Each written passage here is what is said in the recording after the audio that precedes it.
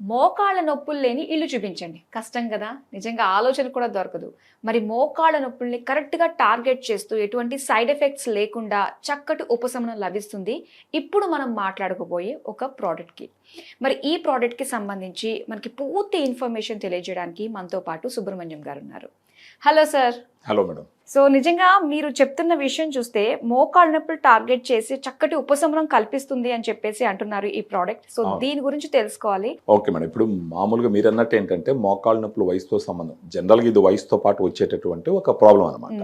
ఇప్పుడు వయసుతో సంబంధం లేకుండా రావడానికి గల కారణాలు ఏంటంటే రకరకాలు. ఊబకాయం ఒకటి కావచ్చు, ఒబేసిటీ, తర్వాత ఇంకోటి వచ్చేసి ఫిజికల్ యాక్టివిటీ లేకుండా ఒకే దగ్గర కూర్చొని ఉండడం వల్ల జనరల్ గా మోకాళ్ళ నొప్పి వస్తుందంటే కారణం ఏంటంటే అక్కడ ఉన్నటువంటి గుజ్జు, మామూలుగా దాన్ని మెడికల్ భాషలో ఏమంటారంటే ఆర్టికులర్ కార్టిలేజ్ అంటారు. దాన్ని మనకు తెలుగులో అర్థం అవడానికి గుజ్జు అంటాం అనమాట. ఆ గుజ్జు తగ్గుతుందని అర్థం. ఫర్ ఎగ్జాంపుల్ మీరు చూసినారంటే ఇది తొడ ఎముక, ఇది కాలు ఎముక, దీనికి మధ్య కుషన్ లాగా ఫ్రిక్షన్ ఇచ్చేటటువంటి ఒక మెత్తటి పదార్థం ఉంటుంది, దాన్నే మనం గుజ్జు అంటారు. అది తగ్గినప్పుడు ఈ రెండు ఎముకలు ఒకదానికొకటి దగ్గరకు వచ్చి రాపిడి జరగడం వల్ల మనకు నొప్పి తెలుస్తుంది. సో మనం అర్థం చేసుకోవాల్సిన విషయం ఏంటంటే ఇక్కడ ఉండేటటువంటి గుజ్జు తగ్గుతుంది అని గుర్తించాలి.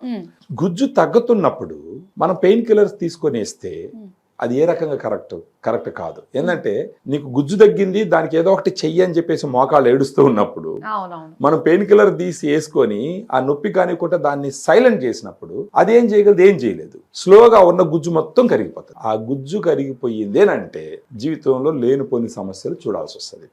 ఫర్ ఎగ్జాంపుల్ ఇప్పుడు గుజ్జు కరిగిపోయింది అనుకుందాం, ఉన్న ఆప్షన్స్ గురించి మాట్లాడదాం.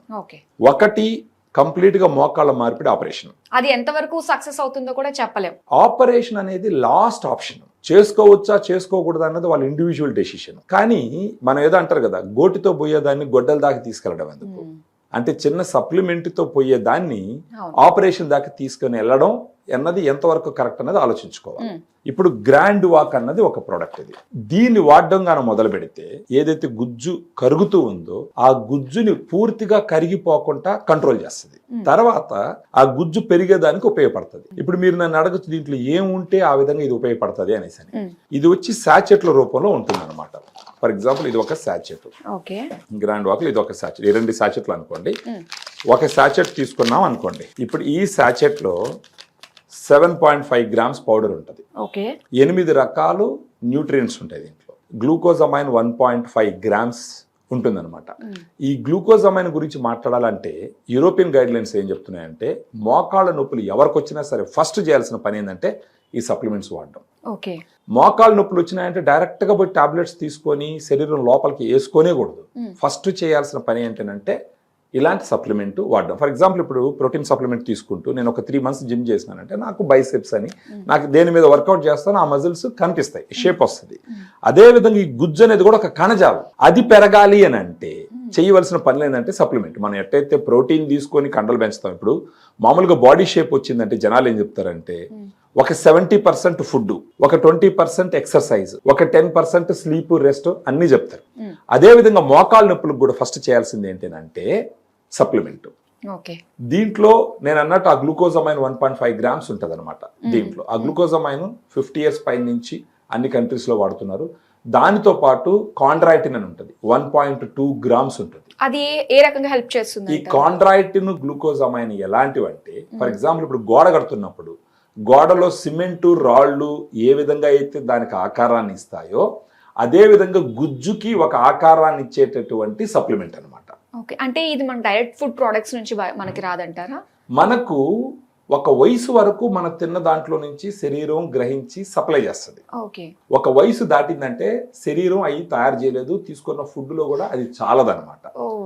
దీంట్లో ఉన్నటి ముఖ్యంగా ఏంటంటే నేను ఎలాగైతే గోడలో రాళ్ళు, ఇసుక, సిమెంట్ ఎలాగైతే పనిచేస్తే ఆకారం వస్తుందో అదే విధంగా ఈ గుజ్జుకు కూడా దీంట్లో ఉండే న్యూట్రియంట్స్ ఆ విధంగా షేప్ని ఇస్తాయి, ఆ క్వాలిటీని ఇస్తాయి, ఇంటిగ్రిటీని ఇస్తాయి. మిగతాయి కొన్ని ఉంటాయి. కొల్లాజన్ కూడా one of the part. Collagen కూడా 40 mg ఉంటుంది.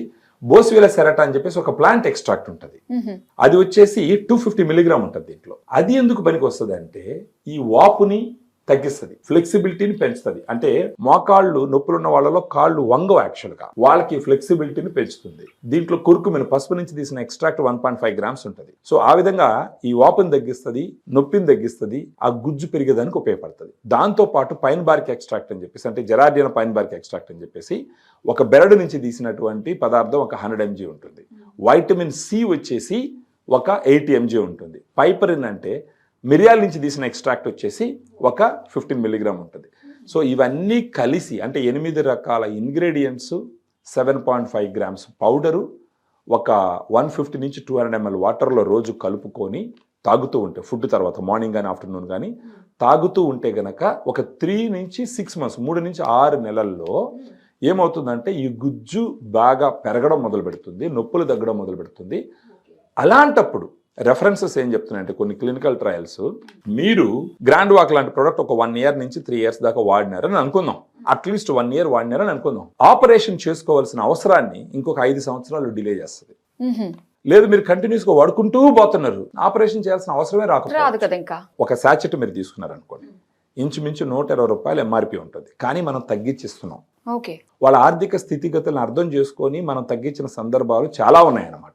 ఓకే.